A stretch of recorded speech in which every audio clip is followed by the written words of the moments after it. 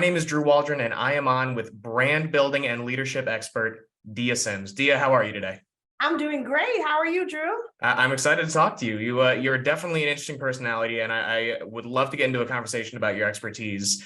You have built such an interesting career, becoming someone who could provide her expertise on a multitude of topics from branding to DEI initiatives to leadership to disruption, just a whole slew of some very impressive topics.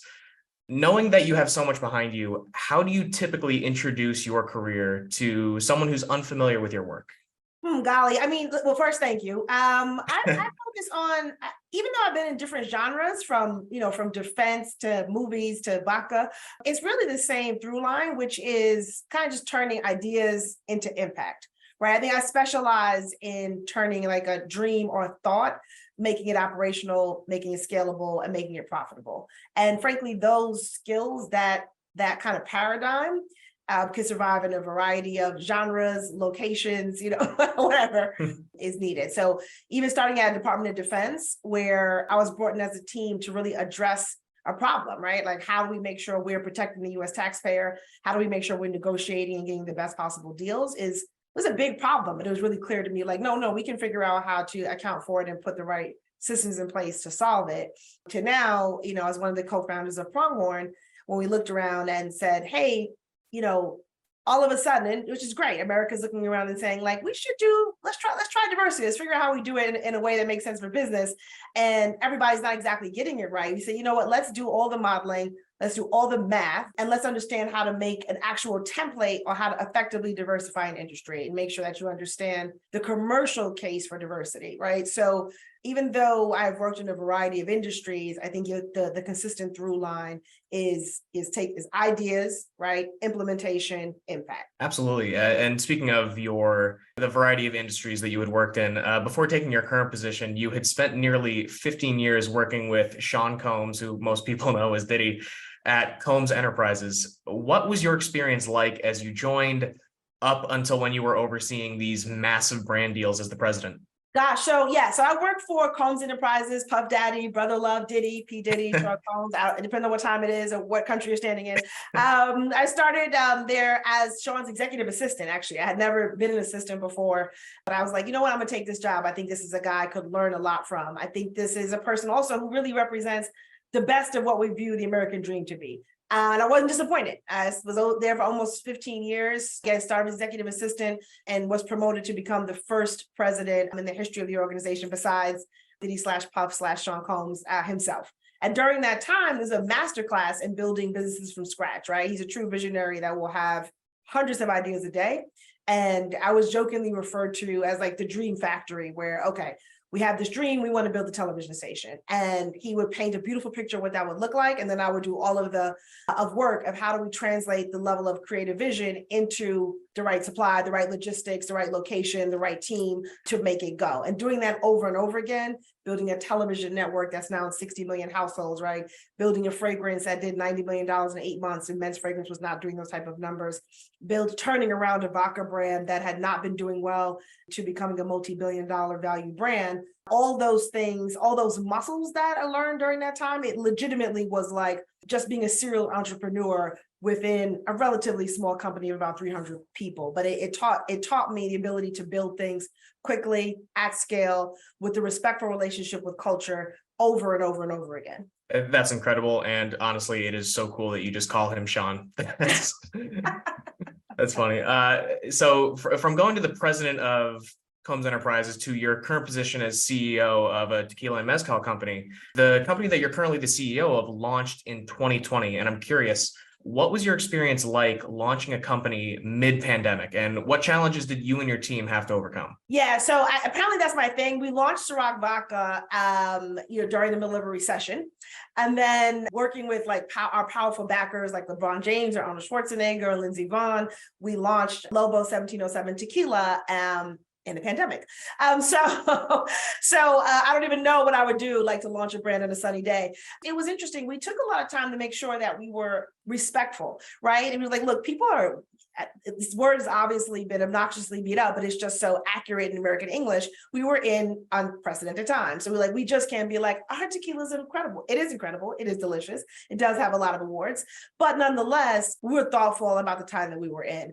So we were thoughtful about the team that we built in terms of making sure it reflected our heartbeat. Even our initial messaging was really welcoming in terms of we launched on, there isn't enough room at the table. We'll build a bigger table. We want to make sure that it was action oriented and it was inclusive.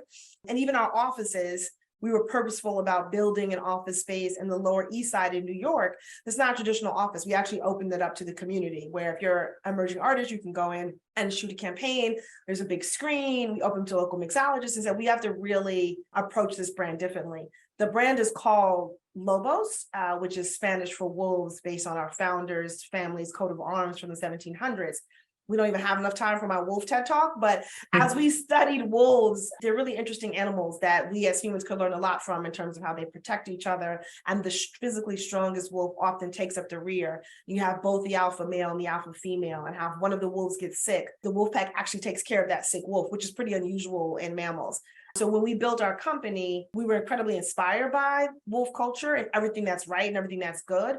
And we built the company and our relationship with the customer and the relationship with everybody who touches our pack with that same spirit. Our first piece of creative introducing the brand to the world, everybody in those visuals are real people who belong to the brand. The hemadors in the field, the real mixologist, the real salesperson, the woman who owned the advertising agency that we work with, right? And I think today's customer, at a time where we're kind of in this battle over facts, coming out with a brand that was ridiculously authentic, and all we ever have to do is tell the truth all the time about the family history and the brand, the people behind it, makes it easy for us. And I think the consumer feels, and it's the reason why we've grown so quickly. Wow, you rarely hear about corporate community spaces. I think that's incredible. Just because of your history, your career, I'm sure that a lot of people come to you asking for advice.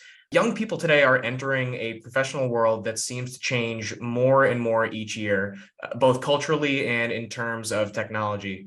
What advice would you give to a young person entering the workforce right now? So the number one thing I would say is think like an entrepreneur, even when you're inside an organization, right? So we've all heard the term entrepreneurs, right? So even no matter where you work, I work for the Department of Defense. I mean, that's the height of bureaucracy, right? I mean, but nonetheless, you are still building your own brand, right? You're still building your own reputation, and that approach it in the way that as you would. I understand that you may not have ownership in that organization that day, but approach it with the spirit of entrepreneurship.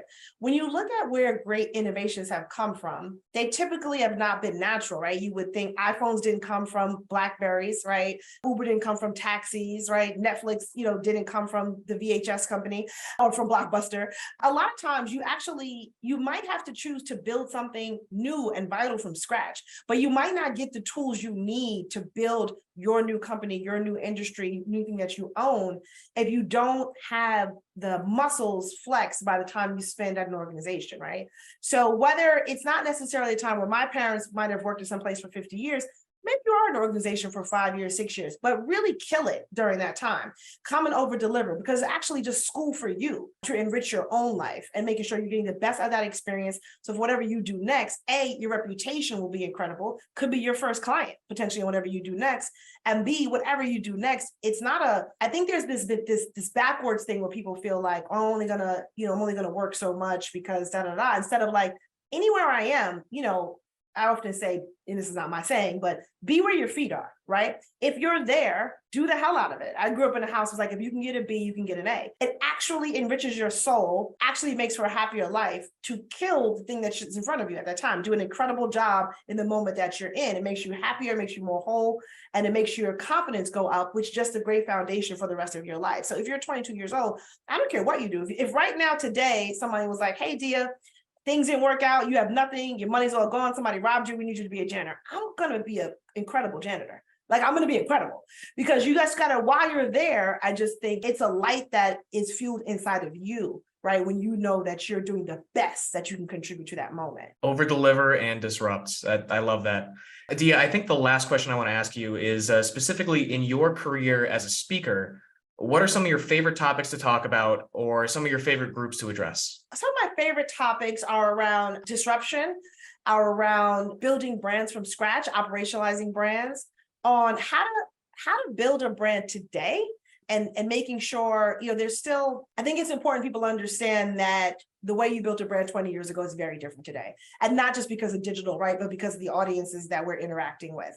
How to build a brand at the speed of culture, right? That's one of my favorite topics to talk about. Another topic that's really important to me is just the commercial case for diversity. We're weirdly still approaching like, we should hire women because it's a good idea, instead of like, there's like 1,000 studies that show it's just good for business. So if your business likes to make money, you should be more diverse. Diversity is only going one way, which is up. And if you want your revenues to follow, you need to understand the commercial case for diversity. If I could maybe ask one more question to tack on at the end of that, what are key differences between companies that are just doing diverse hiring because they feel like they have to, and companies that are utilizing that as legitimate business strategies and succeeding because of it? The key difference between an organization that focuses on diversity as a business strategy versus an extra thing to do or a burden is the bottom line. Like, it's just a fact. When we built Ciroc Vodka starting in 2007 with a focus on inviting a different community, right? Both on the ownership side and on the community side, we built a multi-billion-dollar business because we nurtured